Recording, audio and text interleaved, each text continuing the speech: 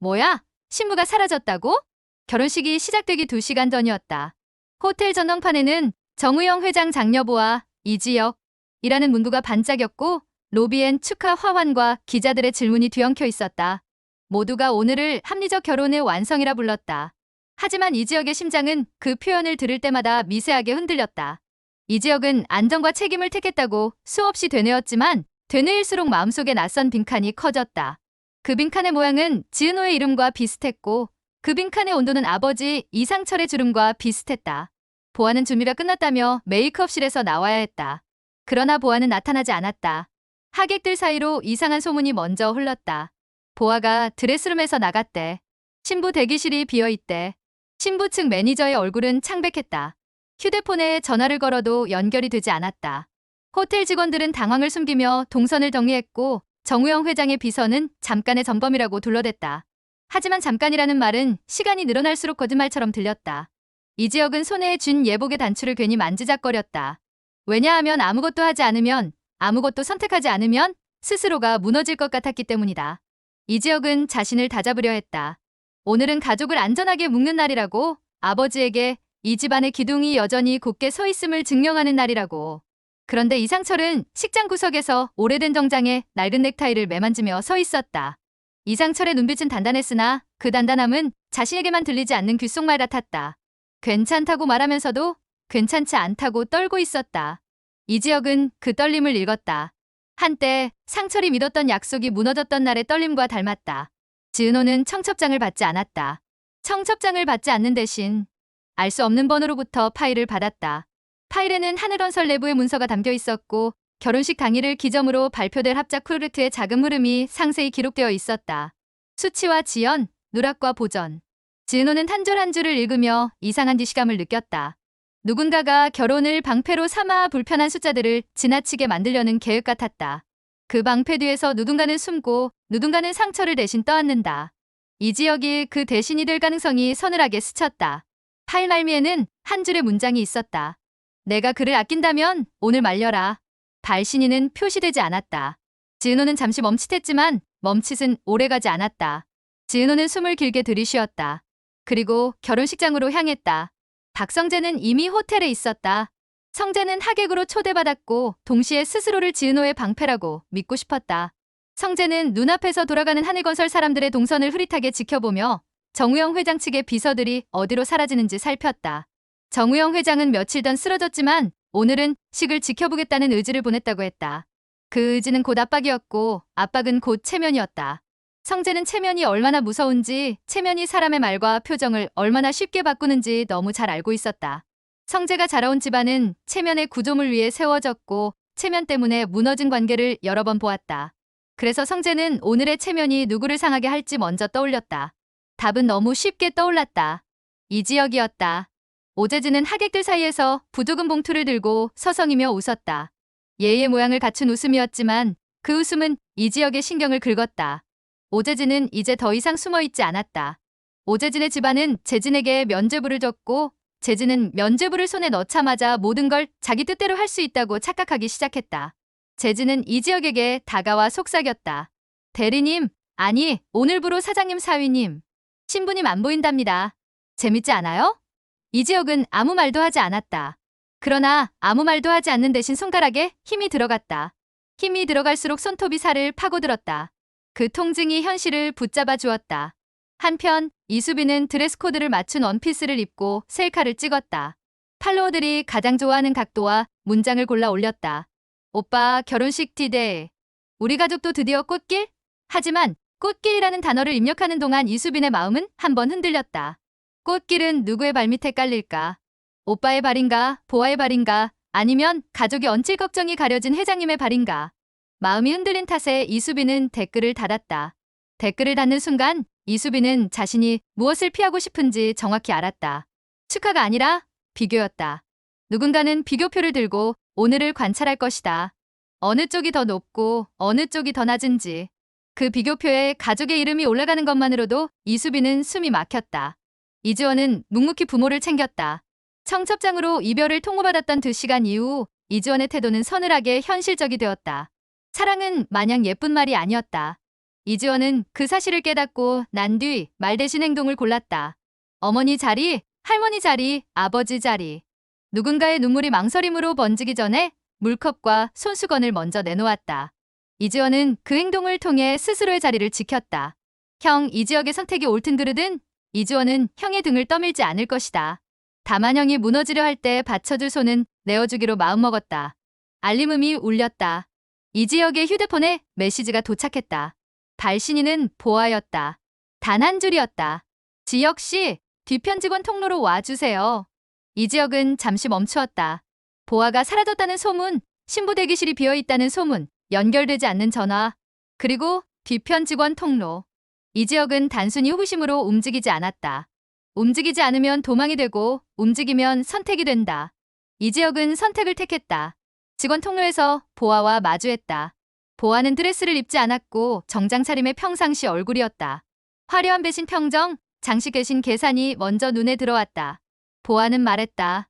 지혁씨, 오늘 식진행은 그대로 갈 거예요. 하지만 한 가지가 틀어졌어요. 아버지의 건강이 변수라고 생각했는데 변수가 아니었어요. 변수가 된 건 사람입니다. 보아는 한숨을 쉬었다. 사람이라는 변수는 늘 예측을 망가뜨리죠. 오늘은 특히 더. 이지혁은 이유를 물었다. 보아는 주머니에서 서류를 꺼냈다. 추가 합의서였다. 결혼으로 묶일 자산과 권한의 흐름이 다시 정리되어 있었다. 새로 적힌 문구는 간단했지만 그 간단함이 의미하는 바는 거대했다. 위험 분담의 학대. 위험이란 단어가 이지혁의 이름과 병치되어 있었다. 이지혁은 서류를 읽으며 느꼈다. 오늘의 결혼이 내일의 면죄부가 될 수도 있겠구나. 잘못된 숫자와 불편한 진실이 드러났을 때 책임의 화살은 가장 쉽게 바깥 사람을 향한다. 사위는 내 가족이 돼 동시에 바깥 사람이었다. 이지혁은 조용히 질문했다. 보아 씨는 이게 옳다고 생각합니까? 보아는 답했다. 살아남는 게 옳다고 생각해요. 보아는 더 말하지 않았다. 대신 덧붙였다. 지혁 씨가 싫다면 오늘 여기서 멈출 수도 있어요. 하지만 멈추면 당신의 가족이 폭풍을 직격으로 맞게 될 거예요.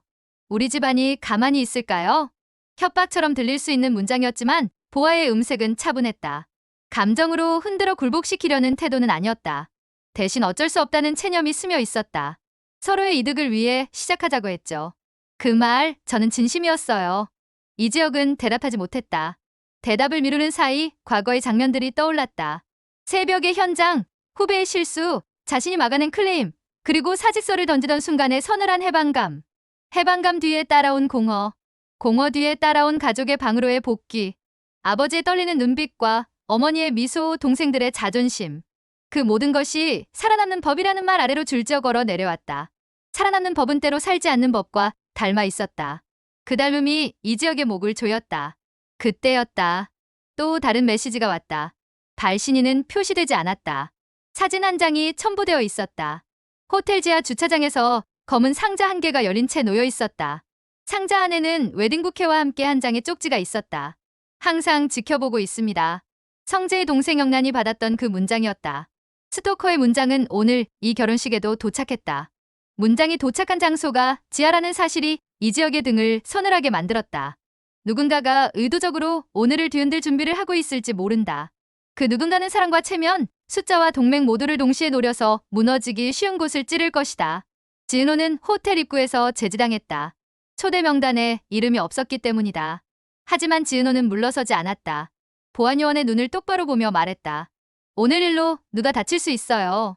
지은호는 더 이상 고백의 실패로 흔들리는 사람이 아니었다. 자신의 마음을 붙들고 일어나 누군가를 지키겠다고 먼저 선언하는 사람이었다.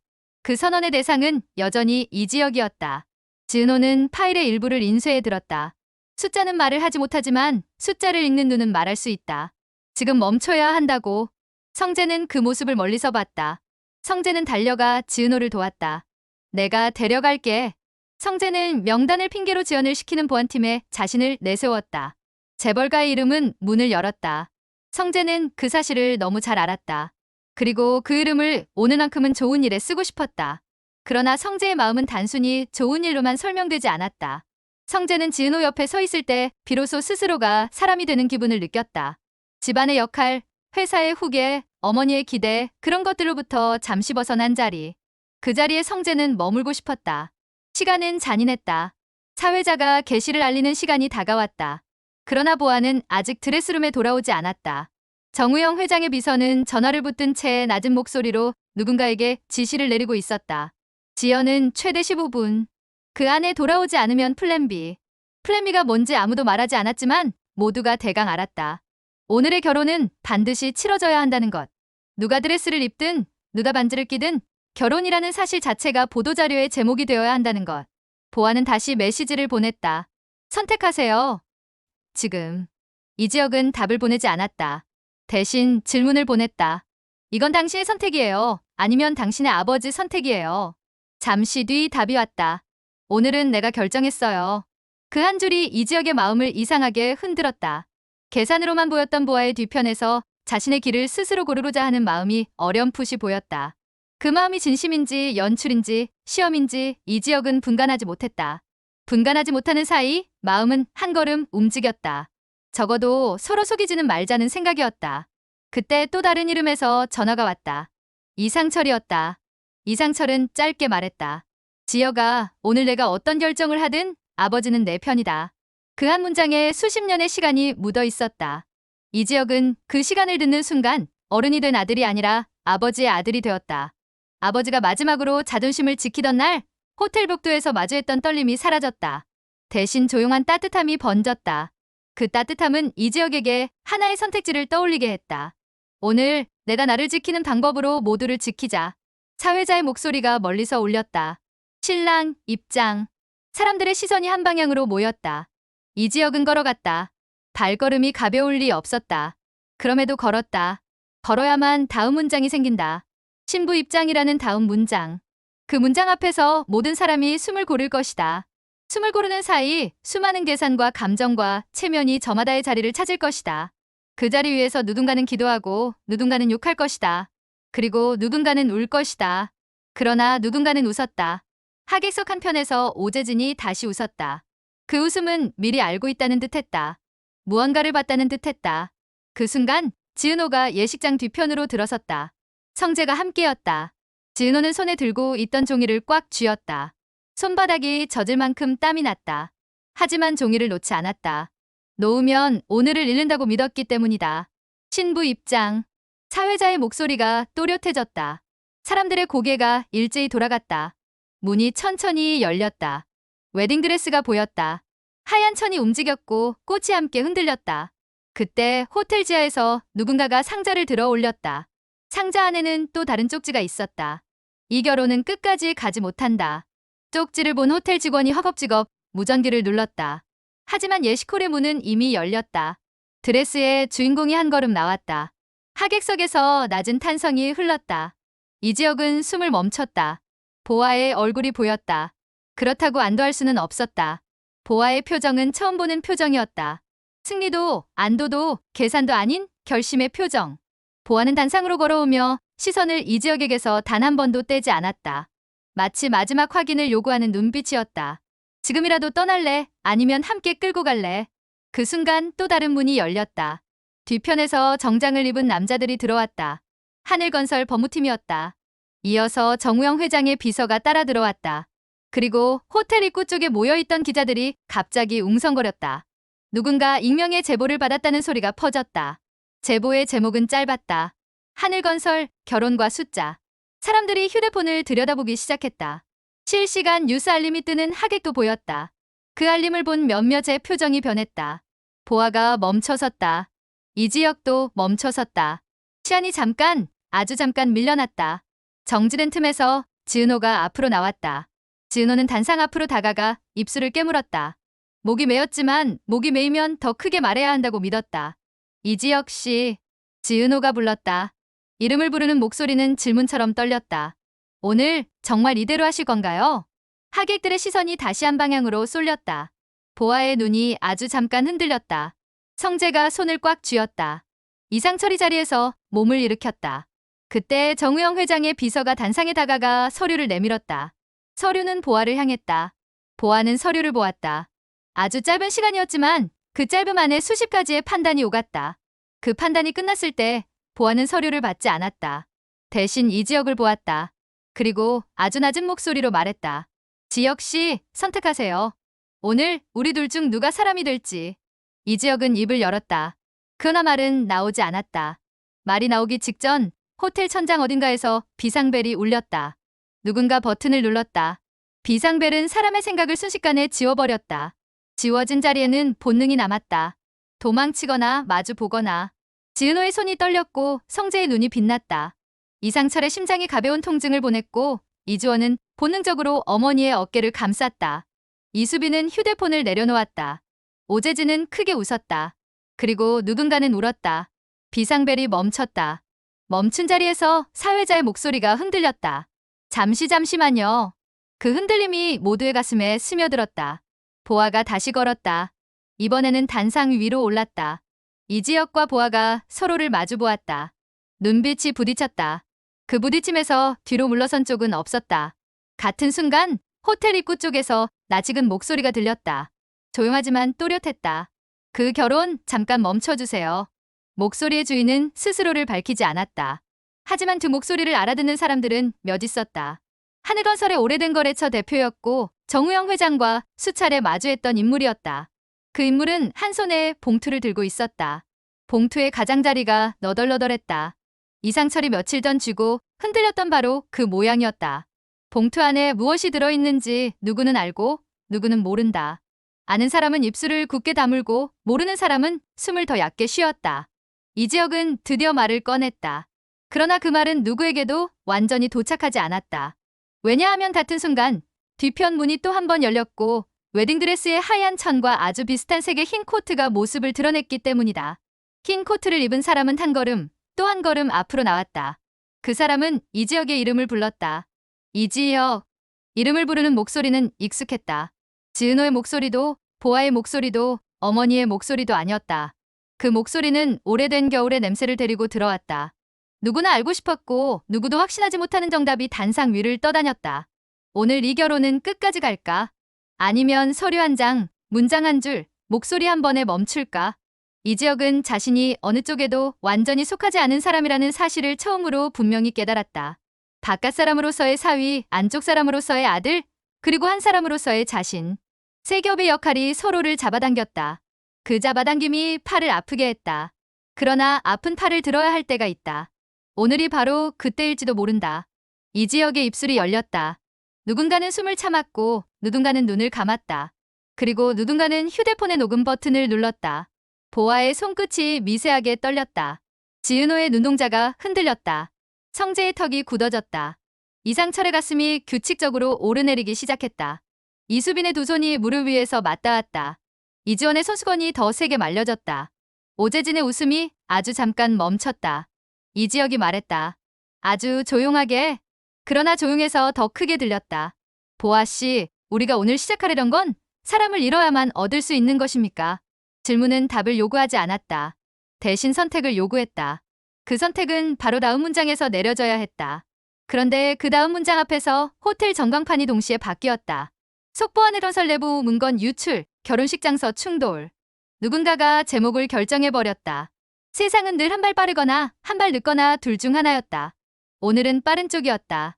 그리고 문이 다시 열렸다. 이번엔 아주 천천히. 모두가 고개를 들었다.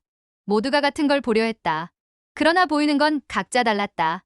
어떤 사람은 파국을, 어떤 사람은 구원을, 어떤 사람은 거래를, 어떤 사람은 사랑을 봤다. 이지혁은 무엇을 봤을까? 이지혁의 눈동자에 비친 건 아직 말로 설명할 수 없는 모양이었다.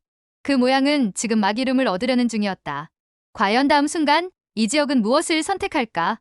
다음 회차에서 모든 물음표가 같은 방향으로 고개를 돌릴 것이다. 그 방향이 사랑인지 생존인지 혹은 전혀 다른 무언가인지 아직 아무도 모른다. 하지만 한 가지는 분명하다. 오늘의 도망은 한 사람의 발걸음에서 시작됐고 내일의 추격은 모두의 심장에서 시작될 것이다.